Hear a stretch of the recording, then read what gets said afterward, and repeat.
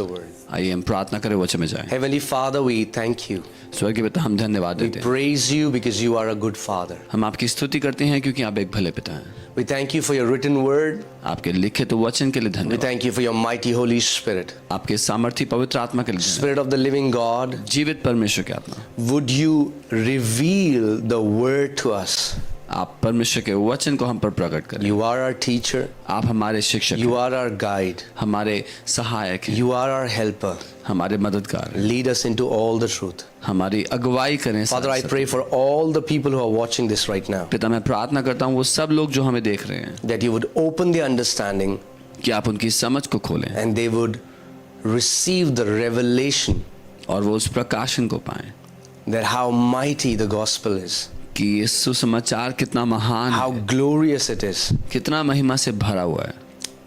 We give you praise, Lord. हम आपकी स्तुति करते हैं In प्रभु, Jesus' name. यीशु के नाम में। Amen.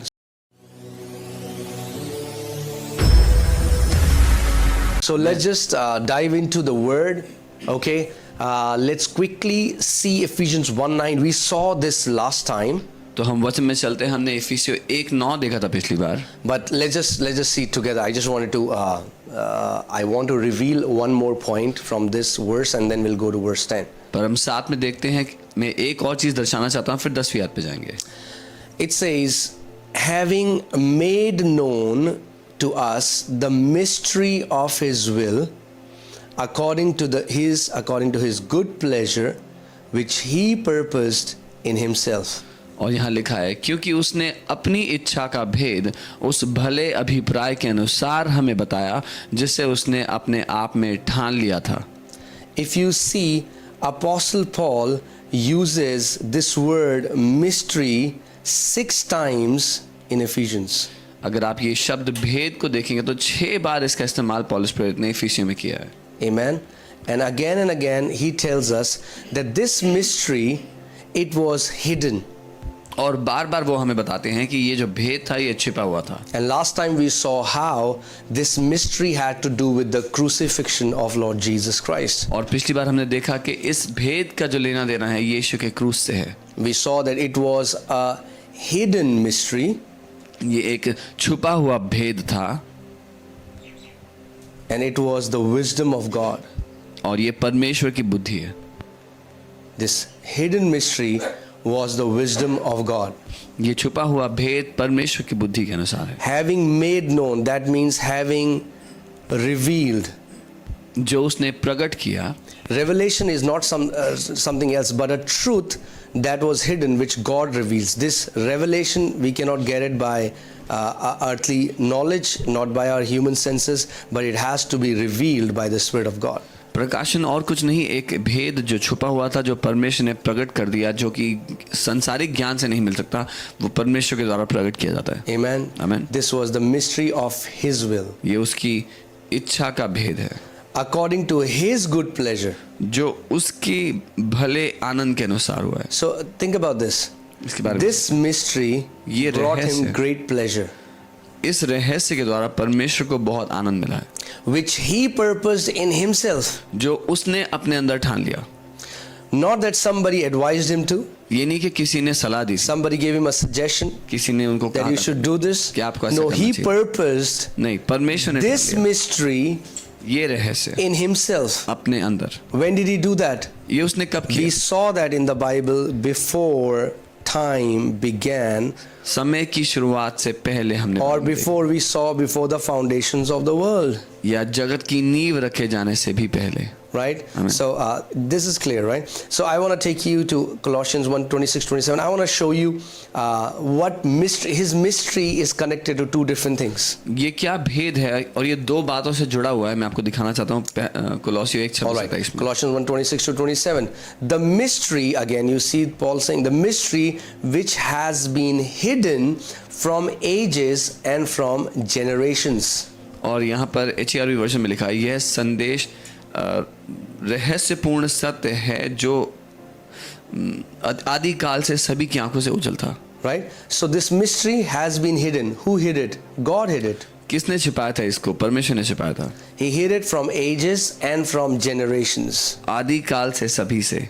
That means nobody knew this mystery इसका मतलब कोई भी इसको नहीं जानता था, because God had kept this mystery for a certain time. क्योंकि परमेश्वर ने इसको एक समय के लिए रखा हुआ था. This mystery, again, let's see, this mystery which has been hidden from ages, but now has been revealed to his saints. Hallelujah. किंतु अब इसे परमेश्वर के द्वारा संत जनों पर प्रकट कर दिया गया है. Who are his saints? कौन है उसके संत? You and me. आप और मैं.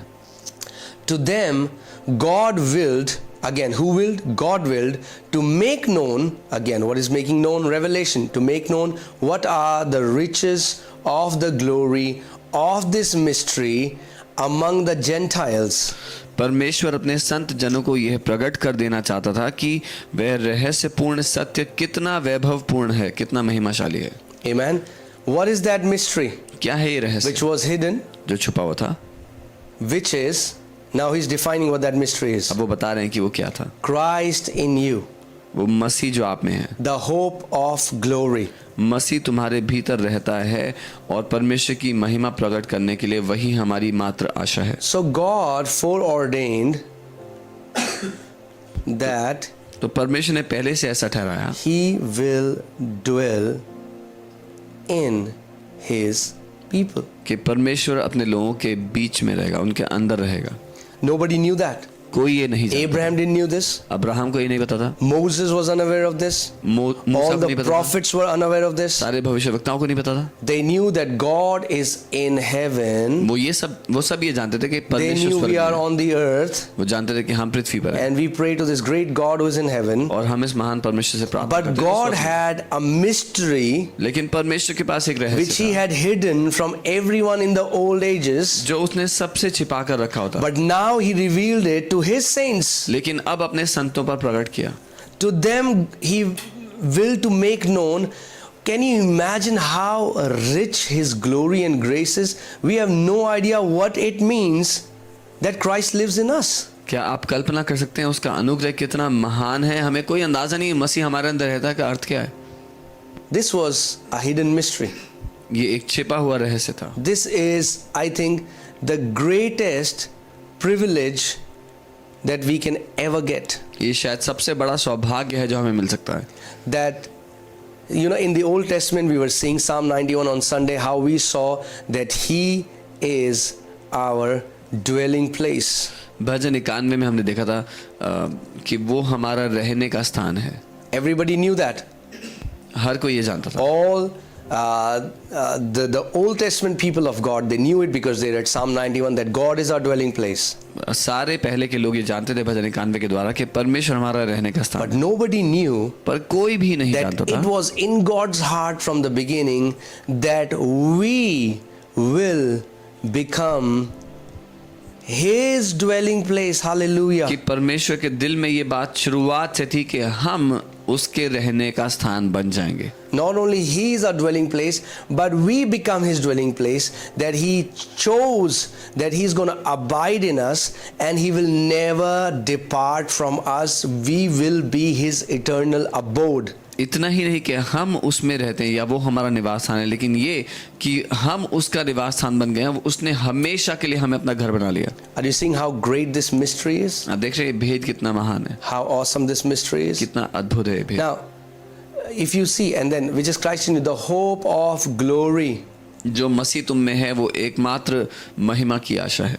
right? Christ in us now is the hope of glory. Hope has to do with something in future. अब जो महिमा की आशा है, जो आशा शब्द है, ये बताता है कुछ भविष्य में होना है उसके लिए. Because Christ has come in us, क्योंकि मसीह हमारे अंदर आ गया, now we have hope of glory. अब हमारे पास महिमा की आशा है. Because what happened? In Romans 3:23 we saw that all have sinned and fall short of the glory of God. क्योंकि रोमी 3:23 में हमने देखा कि सब ने पाप किया और परमेश्वर की महिमा से रहित हो गए. Right? So of all sin, we were,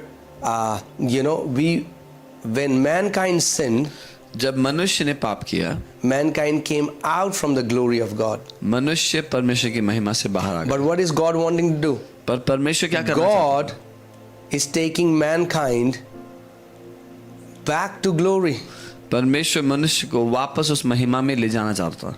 Amen? Back to glory. And we saw how Christ in us is the hope of glory. हमने देखा कैसे वो मसीह जो हमारे अंदर है वो महिमा की आशा। Today, if Christ is in you, you can be fully assured that you are going to go back and God is going to take you back to that glory in the garden when God created mankind. आज जब मसीह आपके अंदर रहता है तो आप पूरी तरह आश्वस्त हो सकते हो कि परमेश्वर आपको उस महिमा में वापस ले जा रहा है जहां पर आदम था, उस महिमा में परमेश्वर पिता के साथ अनंत की वाटिका में। Now we saw that I told you last time how the mystery, it's connected to two things. हमने देखा था कैसे ये रहस्य दो चीजों से जुड़ा है। 1 Corinthians 2:7-8 we'll see, but we speak the wisdom of God in a mystery. पहला कुरिन्थियों 2:7-8 यहाँ लिखा है, परंतु हम परमेश्वर का वह गुप्त ज्ञान भेद की रीति पर बताते The हैं, hidden wisdom वो छुपा हुआ ज्ञान which God ordained before the ages for our glory. Can you see this now again? Is it making sense now that how everything that God is doing is to take mankind back to glory? जिसे परमेश्वर ने सनातन से हमारी महिमा के लिए ठहराया। आज आप देख रहे हैं कैसे परमेश्वर सब कुछ जो कर रहा है मनुष्य को वापस महिमा में ले जाने के लिए कर रहा है। Amen. Some people, when they don't understand the Father's heart, they think God is this egoistic God and all that He cares about is His glory. But if you see here, the Father, whatever He's doing so that He takes us back. He wants to take us back to glory, and so that we will glorify Him. It's once you understand this, I mean, like sometimes I fall short of words to really tell you guys how powerful the gospel is. कुछ लोग जब कई बार सोचते हैं परमेश्वर के बारे में, उनको लगता है कि वो बहुत ही अहम से भरा हुआ व्यक्ति है जो चाहता है कोई उसकी महिमा को हाथ भी ना लगाए, लेकिन वो परमेश्वर जो शुरुआत से चाहता है कि वो हमें वापस उस महिमा में ले जाए, कि हम उसकी महिमा का कारण हो। See, if you read the Bible from cover to cover, you will see that in Genesis, first few chapters is God creating mankind, and it didn't take Him a lot of effort to create everything. अगर आप शुरू से पढ़ेंगे Bible अंत तक, तो शुरुआत के कुछ पन्नों में ही आप देखेंगे परमेश्वर ने सारी सृष्टि की रचना कर दी, उसको ज़्यादा मेहनत नहीं लगी वो करने में। But then if you read, लेकिन फिर आप देखेंगे from after few chapters of Genesis, उत्पत्ति के कुछ पन्नों बाद, I think after 4 or 5 chapters, then you see from that till Revelation, from Genesis till Revelation, now it's all the story of God redeeming the mankind. 4-5 अध्याय के बाद पूरा प्रकाशित वाक्य की किताब तक ये कहानी है परमेश्वर जो मनुष्य को छुटकारा दे रहा है उसकी। My question is, God, why don't you just destroy these people and then recreate? I mean, like, you are a creator, you can create new beings, but that's not the heart of our Father. मेरा सवाल ये है, परमेश्वर आप तो सृष्टि करता हो तो नाश कर दो इन सब इंसानों को, दोबारा से एक नई जाति बना दो, लेकिन वो पिता का दिल नहीं है ऐसा। That's how powerful and how awesome and how loving and how glorious and how mighty our heavenly Father is. इतना महान और अद्भुत और महिमा से भरा और इतना अद्भुत हमारा परमेश्वर है। That without violating man's free will, He decided in His heart before the ages that I am gonna restore these guys and bring them back to the glory with which I created them. कि मनुष्य की जो स्वेच्छा है उसके विरुद्ध जाए बगैर परमेश्वर ने ठान लिया कि मैं इन लोगों को वापस अपनी महिमा में लेकर के आऊंगा। Amen. And that's why the Bible says Jesus became the captain of our salvation, taking many sons back to glory. इसीलिए बाइबल कहती है यीशु हमारे उद्धार का कप्तान बन गया, बहुत बेटों को वापस महिमा में ले जाकर। In fact, that's why when I started the ministry, our ministry name is Sons of Glory. इसलिए जब मैंने सेवकाई की शुरुआत की, हमारी सेवकाई का नाम है sons of glory. So that the sons are now taken back, the mature sons are now taken back to glory. कि जो सयाने पुत्र है, परिपक्व पुत्र हैं, वो वापस महिमा में ले जाने। Amen. So, but the Bible says this hidden wisdom, none of the rulers of this age knew. लेकिन बाइबल कहती है जो ये छुपा हुआ ज्ञान था, इस समय के इस संसार के हाकिम नहीं जानते थे। For had they known, क्योंकि अगर उनको पता होता, they would not have crucified the Lord of glory. तो वो महिमा के प्रभु को, तेजों में प्रभु को क्रूस पर ना चढ़ाते। So now my question is, how will God take us back to glory? मेरा सवाल है, परमेश्वर कैसे हमें महिमा में वापस ले By जाएगा? the crucifixion of Lord of glory. प्रभु यीशु जो महिमा का राजा है, उसके क्रूस के द्वारा। Amen. Now let's come forth. I already discussed this, but I'm just repeating it so that it goes in your heart and you understand how glorious gospel is. मैंने पहले बताया था, पर दोहरा रहा हूँ ताकि आप जाने अपने दिल में इसकी महिमा से भरा हुआ All संसार right, है। let's see Ephesians 5:32. Apostle Paul says, "This is a great mystery." Hallelujah. इफिसियों 5 उसका 32 पौलुस प्रेरित कहते हैं, ये एक महान रहस्य है, This is a great mystery. ये एक महान भेद है। If you see, he uses the word mystery so many times. I told you 6 times in the book of Ephesians. मैंने बताया वो 6 बारी भेद शब्द का इस्तेमाल करते हैं। This is a great mystery, but I speak concerning Christ and the church. Hallelujah. ये भेद तो बड़ा है, पर मैं मसीह यीशु और कलीसिया के विषय में कहता हूँ। I speak concerning Christ and the church. ये भेद तो बड़ा है, पर मैं मसीह और कलीसिया के विषय में कहता So if you see, the mystery has to concern with Christ and the church. हूँ। तो अगर आप देखेंगे तो ये भेद मसीह और कलीसिया के विषय में है। Amen. So God foreordained before times began this mystery which had to do with Christ and the church. तो परमेश्वर ने समय की शुरुआत से पहले इस बात को ठहरा दिया था, इस भेद को, जो कि मसीह और उसकी कलीसिया से है। So that you understand the gravity of a church. It's not an earthly organization. It's not a religious organization. ताकि आप चर्च की गंभीरता, उसके महत्व को समझे। ये एक कोई धार्मिक जगह नहीं है, कोई पृथ्वी की कोई संस्था नहीं है। You know, church is the called out people, ecclesia. Church जो है वो बुलाए गए लोग हैं, एक्लीसिया है, अलग किए गए लोग हैं। Amen. It's ecclesia. वो एक्लीसिया है। So can you imagine that you were in God's mind before the creation? तो आप कल्पना करें, आप परमेश्वर के मन में थे सृष्टि से भी पहले। All right. Now this was just a recap. ये केवल एक रिकैप था। Now let's come to Ephesians 1:10. अब इफिसियों 1:10 पर आते हैं। All right. So that, and you know, I just want to tell you that this, even in the this mystery, it revealed, you know, what did God do in the church? He joined Jew and Gentile. और इस रहस्य के द्वारा परमेश्वर ने क्या किया? उसने यूनानी और यहूदी दोनों को जोड़ दिया। Because in the Old Testament, because this mystery was not revealed to them, they used to think that salvation is only for Jews. क्योंकि उनके लिए जब पुराने नियम में ये प्रकट नहीं किया गया था, उनको लगता था उद्धार केवल यहूदियों के लिए है। Right? So this mystery now denotes the union between Christ and the church. ये भेद अब मसीह और उसकी कलीसिया के बीच में एक होने को दिखाता है। Right? And in that church, which is the body of Christ, God has incorporated Jews and Gentiles together. और इस चर्च में, इस कलीसिया में परमेश्वर ने यहूदी और यूनानी दोनों को एक साथ जोड़ दिया है। Amen. All right, so that you understand this. So Ephesians 1:10. Ephesians That 1:10. in the dispensation of the fullness of times, he might gather together in one all things in Christ, both which are in heaven and which are on earth in him.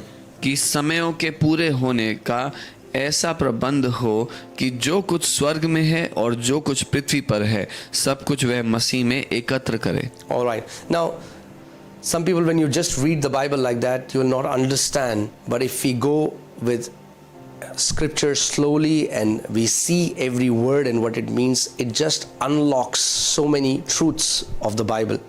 कई लोग जब ऐसे ही Bible पढ़ जाते हैं, आगे निकल जाते हैं, तो नहीं देख पाते उन सत्यों को। लेकिन अगर हम एक एक वचन को, एक एक शब्द को देखें उसमें, तो ये बहुत सारे रहस्यों को, सत्यों को खोल देता है। Now, what did Paul mean when he said that in the dispensation of the fullness of times? पौलुस क्या कहना चाह रहे हैं जब वो कह रहे हैं कि समयों के पूरे होने पर?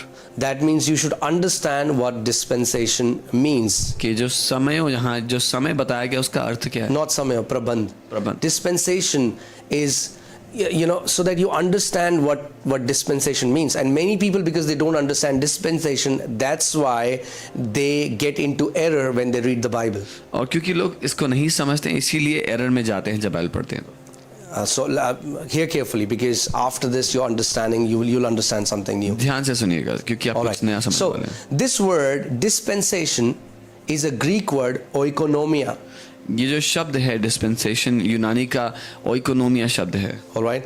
It means to manage a household, इसका मतलब है एक घराने की देखरेख करना, उसको चलाना, stewardship, भंडारी होना, administration, उसकी दौड़ संभालना, उसका एडमिनिस्ट्रेशन संभालना, right? So that you understand what dispensation actually means. ताकि आप समझे कि उसका अर्थ क्या, व्यवस्था करने का या So प्रबंध करने का। you will see, if you read the Bible carefully from Genesis to Revelation, that God had to set a divinely appointed order or system for different times and different people. अगर आप देखेंगे तो परमेश्वर को अलग क्रम, अलग चीजें लगानी पड़ी, अलग लोगों को रखना पड़ा, अलग अलग समयों के लिए, अलग You चीजों know, के लिए। it represents a divinely appointed order or system with which God stewards humanity. एक अलग, एक अलौकिक सिस्टम है जिसके द्वारा परमेश्वर मनुष्यों को चलाता है, And He's taking humanity towards the fullness of times. और वो मनुष्यों को समय के पूरे होने की ओर ले जा रहा है। Amen. And now, if you understand, so you know, so if I can just say it this way, that dispensation, as I said, it's an appointed order or system with which God deals with mankind in a certain way. और जैसा मैंने कहा, dispensation या प्रबंध एक ऐसा तरीका है जिससे परमेश्वर मनुष्य के साथ व्यवहार करता है, उनके साथ चलता है। You know, now many Bible scholars they say that there are 7 dispensations of God's dealing with mankind. बहुत से ऐसे बाइबल स्कॉलर्स हैं जो कहते हैं 7 प्रबंध है, 7 डिस्पेंसेशन है परमेश्वर के मनुष्य के साथ व्यवहार करने के। If you read the Bible carefully, you will see there are 7 dispensations. अगर आप बाइबल ध्यान से पढ़ेंगे तो 7 ऐसे अलग अलग प्रबंध पाएंगे। You know, if you see that when God created mankind, the mankind was innocent. The first dispensation is called innocence. जब मनुष्य को परमेश्वर ने बनाया तो वो मासूम था और उसको इनोसेंस कहा गया, पहले समय को, पहले प्रबंध You को। know, and it happened. The dispensation was from the times of creation to the times of fall of humanity. और वो सृष्टि से मनुष्य के गिरने तक के, पाप में गिरने तक के समय को कहा गया। You know, and if you see at that time, God dealt with mankind with a different order or different system. और अगर उस समय देखें तो परमेश्वर ने मनुष्य के साथ एक अलग तरीके से व्यवहार किया है। Adam was not given Torah. आदम को तोड़ा नहीं Adam was दिया। not asked to sacrifice any animal. आदम को कोई जानवर का बलिदान Adam नहीं was मांगा, not asked to obey any law. कोई व्यवस्था पालन नहीं किया, Adam was not told to build the temple. कोई मंदिर बनाने को नहीं Adam बोला was उसको, not told to build the ark. कोई वेदी बनाने, कोई आग बनाने There को was नहीं just one obedience that God wanted from Adam. बोला। केवल एक ही आज्ञाकारिता उससे He थी। was commanded that he was not to eat from the tree of knowledge of good and evil. उसको ये आदेश था कि वो भले और बुरे के ज्ञान के पेड़ का फल ना खाए, But we see that he did disobedience, पर हमने देखा उसने and then अनाज्ञाकारिता he की was expelled from the garden. और बगीचे से निकाल दिया गया। And when he sinned, जब उसने पाप किया, his conscience was awakened. उसकी जो चेतना थी वो जागृत Now हो he गई। was living from the knowledge of good and evil. अब वो अच्छे और बुरे के ज्ञान के द्वारा जीता। And that's why I don't want to take you into depth of it, because I don't want this to be a theological class, but I just want to give you some brief background so that you understand dispensations. मैं आपको इसकी गहराई में नहीं ले जाना चाहता, पर आपको बताना चाहता था कि आप समझे प्रबंधों को। Now the second dispensation is called conscience, दूसरा जो प्रबंध है वो कॉन्शियस कहलाता है। and if you see, it is from when the mankind was kicked out of the garden till the time of the flood. जब मनुष्य को बगीचे में से निकाल दिया गया तब से लेकर के उस बाढ़ के समय तक, And in this time period, mankind lived according to their conscience. और उस समय तक मनुष्य अपने विवेक के अनुसार जिया। Right? So God wanted to taste them the fruit of their conscience, because they got deceived, and Satan told Eve, if you will eat this fruit, you will be like God. And when they ate the fruit, their conscience was awakened, and God allowed mankind to see what happens when mankind will live from reasoning what happened. And the Bible tells us it was the time of great wickedness, it was the time of great violence, it was the time of great ungodliness on this earth. और शैतान ने हवा से कहा था अगर तू ये फल खाएगी तो परमेश्वर की जैसी हो जाएगी। और जब मनुष्य ने वो फल खा लिया तो परमेश्वर दिखाना चाहता था मनुष्य को क्या होगा जब मनुष्य अपनी समझ के, अपने सही और गलत के ज्ञान के द्वारा जिएगा। और वो बहुत दुष्टता का समय था, बहुत बुराई का समय था। You know, I don't have the time to go through all the scriptures, but you can read that in Genesis 6:5. It broke God's heart when God saw the mankind, what mankind had become when man started. You know, and that's what you see today. When you live according to what you feel is right, it's going to bring destruction. उत्पत्ति 6:5 में परमेश्वर का दिल टूट गया देख करके मनुष्य जाति ने अपना क्या हाल बना लिया, वो किस तरह से रह रहे हैं। और यही होता है जब मनुष्य आज भी अपने ज्ञान की अपनी समझ के अनुसार जीने की कोशिश करता है तो नाश की ओर जाता है। Right? Some people say, I only do what I feel like doing. And man, that's not for us, for God's people. We don't live according to what we feel. We are supposed to be led by the Spirit of God. कुछ लोग कहते हैं जो मुझे महसूस होता है मैं वही करता हूँ, लेकिन ये परमेश्वर के लोगों के लिए नहीं है, हम उसकी आत्मा के द्वारा चलाए गए लोग हैं। Right? The third kind of dispensation, I'll quickly go through this, was human government. Not God's government, human government. तीसरा प्रबंध था मनुष्य के द्वारा बनाई गई सरकार। Again, so then you see the mankind, you know, after the flood, and it started from after the flood till the Tower of Babel. और बाढ़ के बाद से बेबीलोन का जो टावर था तब तक, बेबल के टावर तक। Right? And then we see when man tried to make a government, they tried to exalt themselves and they tried to reach the height of God. They tried to reach God on their own terms. जब मनुष्य ने सरकार बनाई और परमेश्वर तक अपने खुद के तौर तरीके से पहुंचना चाहा। Right? Fourth is called the promise. चौथा And this है वो is वायदा। when God found Abraham and gave a promise to Abraham. जब परमेश्वर को अब्राहम मिला और परमेश्वर ने उसको वायदा दिया। Right? That how Abraham, God called him, that him and his descendants God is going to bless, and he's going to bless the entire earth, all the families through him. जब परमेश्वर ने अब्राहम को वायदा दिया कि परमेश्वर उसको bless करेगा और सारे परिवारों को ब्लेस करेगा उसके द्वारा। Fifth dispensation is called the law. पांचवें में व्यवस्था है। We all know that when God gave the law to the Moses. हम सब जानते हैं परमेश्वर ने मूसा को व्यवस्था दी। Sixth is called grace, or you can call it church age.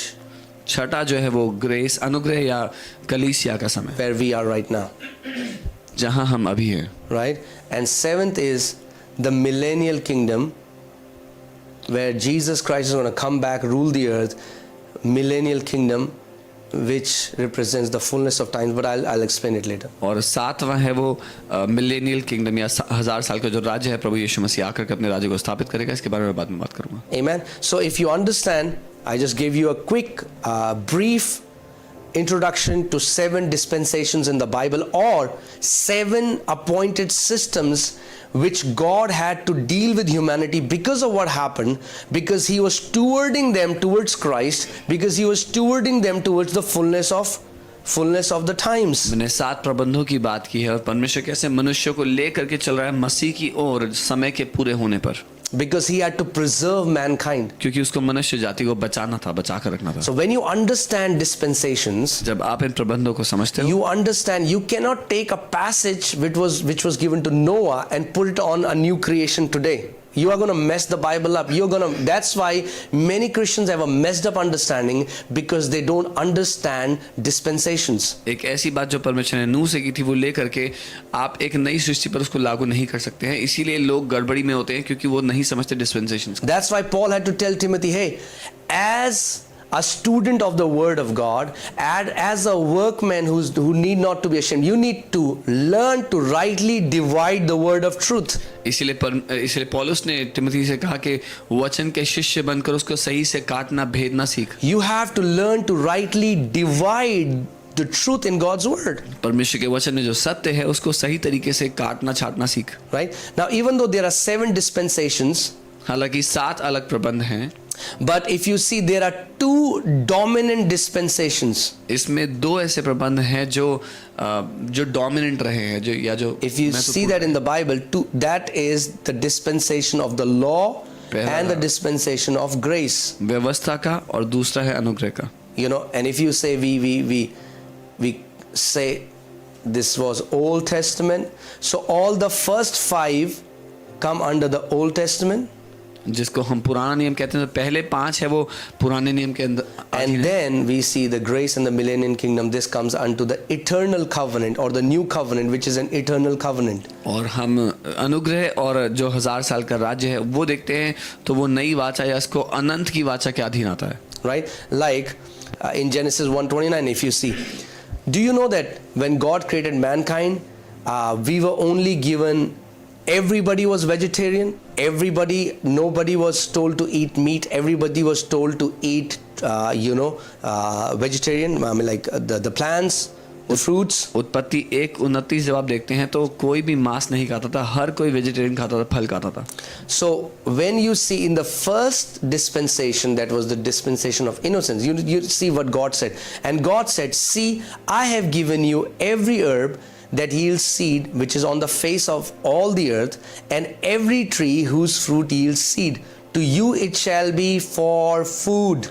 और यहाँ परमेश्वर ने उस मनुष्य से कहा कि देखो, जितने बीज वाले छोटे छोटे पेड़ सारी पृथ्वी के ऊपर हैं, जितने वृक्षों में बीज वाले फल होते हैं, वे सब मैंने तुमको दिए हैं, वे तुम्हारे भोजन के लिए हैं। वे तुम्हारे भोजन के लिए हैं। That was in the dispensation of innocence. But if you see, after the flood, God had to change his commandment and give them a new order, a new instruction according to the dispensation they were in. लेकिन बाढ़ आने के बाद परमेश्वर ने उनको एक नया ऑर्डर, एक नया कमांड दिया उस प्रबंध के अनुसार जिसमें वो थे। Right? Now you see Genesis 9:3. Every moving thing that lives shall be food for you. सब चलने वाले जंतु तुम्हारा आहार होंगे।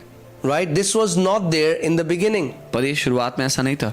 Later God had to give this commandment. बाद में परमेश्वर को ये आज्ञा देनी पड़ी। Right? So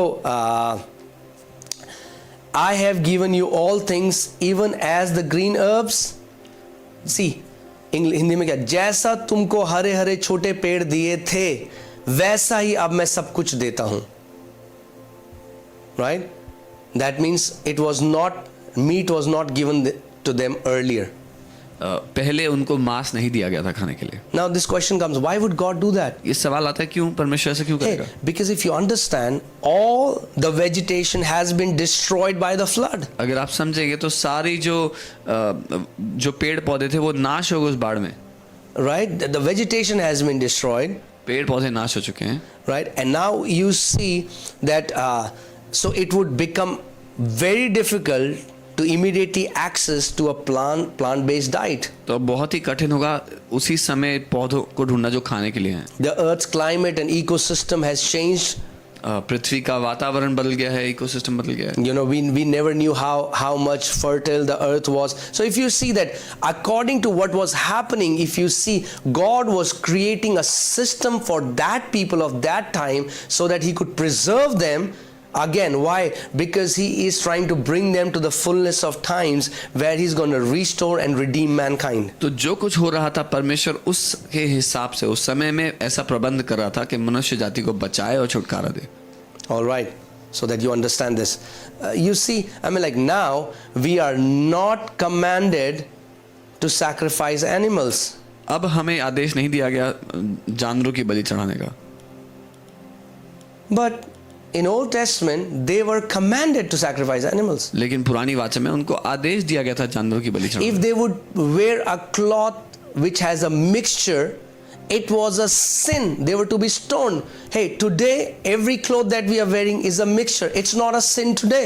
अगर वो ऐसा कोई कपड़ा पहनते जिसमें मिलावट होती, दूसरा कोई और रेशा उसमें मिलाया जाता, तो वो पाप था, उनको पत्थर मार के मार देना चाहिए था। आज हम मिक्स्ड मिलावट वाले कपड़े पहनते, वो पाप नहीं है। Today we don't take goats and animals to sacrifice to the temple or to church. We don't do that because we are not in the dispensation of law. You have to understand that. आज हम बकरियां या जानवर लेकर church नहीं जाते बलिदान के लिए, क्योंकि हम उस समय में नहीं है dispensation. That's why when people don't have the understanding of Bible, they will simply pick and choose one scripture from the Old Testament and try to apply it into a different dispensation, and that's how they get messed up and they don't understand what is happening. इसीलिए जब लोगों के पास समझ नहीं होती Bible को किस तरह से लागू करना है, अप्लाई करना है, वो एक प्रबंध का वचन लेकर के दूसरे प्रबंध में लगाते हैं और गड़बड़ी करते हैं। In fact, the practicing Jews today, even they don't sacrifice animals. बल्कि आज तो जो यहूदी लोग भी हैं, जो यहूदी धर्म के अधीन है, आज तो वो भी बलिदान नहीं देते, Because God destroyed that old system. क्योंकि परमेश्वर ने उस पुराने सिस्टम को ही नाश कर दिया. Even in the book of Hebrews it says that old system is obsolete, it's outdated, it's not the system, that system no longer exists today. इब्रानी की किताब यहाँ तक कहती है कि वो पुराना सिस्टम निकम्मा हो चुका है, आज उसका कोई वजूद नहीं है. Right? So we don't go to God with that system. Now in the new covenant there is a new order, new system how we do things. हम परमेश्वर के पास उस सिस्टम के साथ नहीं जाते. आज एक नया ऑर्डर है, एक नया सिस्टम है. Right? In the Old Testament they were commanded to do circumcision of the flesh. Now in the new covenant for new creation we are told not to circumcise our flesh but to circumcise our heart, because the circumcision of flesh was just a shadow, a picture of what was supposed to happen to the new creation man. पुरानी वाचा में शरीर का खतना किया जाता था, लेकिन आज हमें अपने मन का खतना किया जाने के लिए बताया गया है, क्योंकि पुरानी वाचा में वो एक झलक था जो नई वाचा में होना है उसकी. Amen. I pray that you understand this. मैं प्रार्थना करता हूं आप समझो. All right. So now we are in a different dispensation. हम एक अलग प्रबंध में अब. And after this, इसके after बाद this age ends, we are going to enter the most glorious age, that is the reign, absolute reign of our Lord Jesus Christ. और इस समय के पूरे होने के उपरांत हम जिस समय में जाएंगे वो है हमारे प्रभु यीशु मसीह के संपूर्ण राज्य का जो समय है उसमें. Okay, let's see this. Coming back to that scripture, Ephesians 1:10. इफिसियों 1:10 That in the dispensation of the fullness of time. So now you understand dispensation, right? कि समयों के पूरे होने का ऐसा प्रबंध हो. That now in the dispensation of the fullness of times he might gather together. So in different dispensation you are seeing how he is gathering humanity in all things in Christ. कि वो सब कुछ मसीह में एकत्र कर ले, इकट्ठा कर ले. तो आप देख रहे हैं अलग अलग समयों में, अलग अलग प्रबंधों में वो कैसे मनुष्यों को इकट्ठा कर रहा है. I want you to pay attention to this fullness of times. What does this mean by fullness of times? मैं चाहता हूं आप ध्यान दो समयों के पूरा होने पर. इसका क्या अर्थ है? In the dispensation of the fullness of times. समयों के पूरा होने का ऐसा प्रबंध हो. Okay, let's go there. Galatians 4:4-5. But when the fullness of time, again you see, let me tell you, if you want to never go into error, always interpret the Bible with the Bible. Never from outside. Don't put in other worldviews into the Bible. Always interpret one verse of the scripture through another verse of the scripture. अगर आप कभी गलती में नहीं जाना चाहते तो हमेशा एक वचन को दूसरे बाइबल के वचन से ही अनुवाद करें. यहाँ पर गलातियों 4 उसका 4 से 5 में लिखा जब परंतु जब समय पूरा हुआ तो.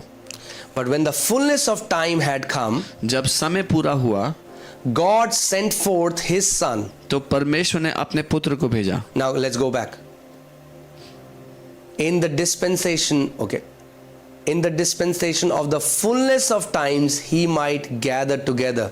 कि समयों के पूरा होने पर जो ऐसा प्रबंध करे कि वो सबको मसीह में एकत्र करे. That means all the dispensations were leading to the fullness of time. इसका मतलब सारे के सारे जो प्रबंध थे वो इस समयों के पूरा होने की ओर केंद्रित थे. All right, now and then he says, when the fullness of time had come, hallelujah. और उसने कहा जब समय पूरा हुआ तो What did God do? परमेश्वर God sent forth his son. परमेश्वर ने अपने पुत्र को भेजा. So all the different dispensation, all that order and system that God created was to preserve mankind, to bring them to Christ Jesus. So जितने भी order system परमेश्वर ने बनाए थे वो इसलिए थे कि मनुष्य जाति को अपने पुत्र यीशु के पास ले आए. Right? God sent forth his son, परमेश्वर ने अपने पुत्र को भेजा born of a woman, जो कि स्त्री से जन्मा, born under the law, व्यवस्था के अधीन to उत्पन्न हुआ, redeem those who were under the law, ताकि व्यवस्था के अधीनों को मोल लेकर छुड़ा ले, that we might receive the adoption as sons. और हमको लेपालक होने का पद I've मिले. already told you about the adoption. मैंने पहले ही लेपालक होने के बारे में आपको That now बताया. you understand. Whenever the fullness of times come, you know fullness of times of what? Fullness of times for the Son of God to be manifested. तो आप समझते हैं समयों के पूरा होने का अर्थ क्या है? परमेश्वर के पुत्र के प्रकट होने का समय. Right? Now let's go back. That in the dispensation of the fullness of times he might gather together all things in Christ, both which are in heaven and which are on earth. कि समयों के पूरा होने का ऐसा प्रबंध हो कि जो कुछ स्वर्ग में है और जो कुछ पृथ्वी पर है. All right, what does this mean? इसका क्या अर्थ है? Let's see it here so that you understand. Why is the Father gathering everything under lordship of Christ? पिता क्यों सब कुछ प्रभु यीशु मसीह के प्रभुता के अधीन ला रहा है? Let me show you why. Colossians 1:15 to 17. कुलोसियों 1:15 से 17। He is, who is he? Jesus. यहाँ यीशु की बात की जा रही है। He is the image of invisible God, वह तो अदृश्य परमेश्वर का प्रतिरूप the firstborn over all creation. और सारी सृष्टि में पहलौठा है। Or that means the ruler. इसका मतलब प्रभु है या राजा है। For by him क्योंकि उसी के द्वारा all things were created. सारी सृष्टि की रचना हुई। Hallelujah. See, यहाँ पे Hindi Bible doesn't error. Bible लिखती है उसी में, उसी से है, not उसी में. English Bible says उसी से. All things were created, not in him. Yes, all things were created in him, but all things were created by him. For by him all things were created. उसी में, लेकिन उसी के द्वारा, उसी से सारी वस्तुएं बनाई गई हैं, सृष्टि की गई है। There are in heaven जो स्वर्ग में है and there are on earth. अथवा पृथ्वी पर। You read that same scripture? आपने यही God पढ़ा is था? gathering. Let's go back. परमेश्वर सब God कुछ is इकट्ठा कर gathering रहा है। together in one all things in Christ, both which are in heaven and which are on the earth. Ephesians 1:10. जो कुछ स्वर्ग में है और जो कुछ पृथ्वी पर है, परमेश्वर सब कुछ इकट्ठा कर रहा है। All right, let's see it now. अब देखते हैं। For by him all things were created उसी that से- are in heaven and that are on earth. उसी से सारी वस्तुएं बनाई गई, उनकी सृष्टि हुई, जो स्वर्ग में है और जो पृथ्वी पर है। And now he is describing what those all things are, visible and invisible. और अब वो परिभाषित करते हैं कि वो सब क्या है, दिखाई देने वाली या अनदेखी। Things on earth are visible, things that are in heaven are invisible. पृथ्वी की चीजें दिखाई देती हैं, स्वर्ग की चीजें अनदेखी हैं। But even if those things are invisible, they were created by him. पर वो अनदेखी ही क्यों ना हो, वो उससे या उसके द्वारा बनी है। That means by Jesus. इसका मतलब यीशु के द्वारा। Whether thrones or dominions, क्या सिंहासन, क्या प्रभुताएं, or principalities or powers, क्या प्रधानताएं, क्या अधिकार, all things were created through him सारी वस्तुएं उसी के द्वारा and for him.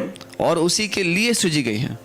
Wow, that's so powerful. ये शक्तिशाली है। All things were created through Christ and for Christ. सब कुछ मसीह के द्वारा बनाया गया और मसीह के लिए बनाया Think गया। about this. इसके बारे में You सोचें। can just say for yourself, I was created through him and for him. I was created for my Lord. I was created for Jesus. आप अपने लिए कह सकते हैं कि मैं उसके द्वारा और उसके लिए बनाया गया, मैं अपने Isn't that प्रभु यीशु के लिए amazing? बनाया गया। We were not just created for a job. क्या ये अद्भुत नहीं? हम नौकरी, सिर्फ नौकरी के लिए We नहीं were बनाए not just created to do some things on this earth. गए। इस पृथ्वी पे कुछ काम करने के लिए We नहीं were बनाए गए। created for him. हम उसके लिए बनाए गए। I was created for him. You मैं were उसके लिए created for बनाया him. गया। आप उसके लिए बनाए गए And he is before all things. और वो सब चीजों से पहले है And in him all things consist. और सब वस्तुएं उसी में स्थिर रहती हैं। But what do we see? After Satan fell, after there were these principalities and powers which we are wrestling with, which we'll see in Ephesians 1:16, they chose to go out of the rulership or dominion of Christ. पर हम देखते हैं शैतान ने गिरने के बाद ये सारी दुष्ट की ताकतें, प्रधानताएं जिनसे आज हमारा मल्लयुद्ध होता है, वो परमेश्वर की प्रभुता से, मसीह की प्रभुता से अलग हो गए।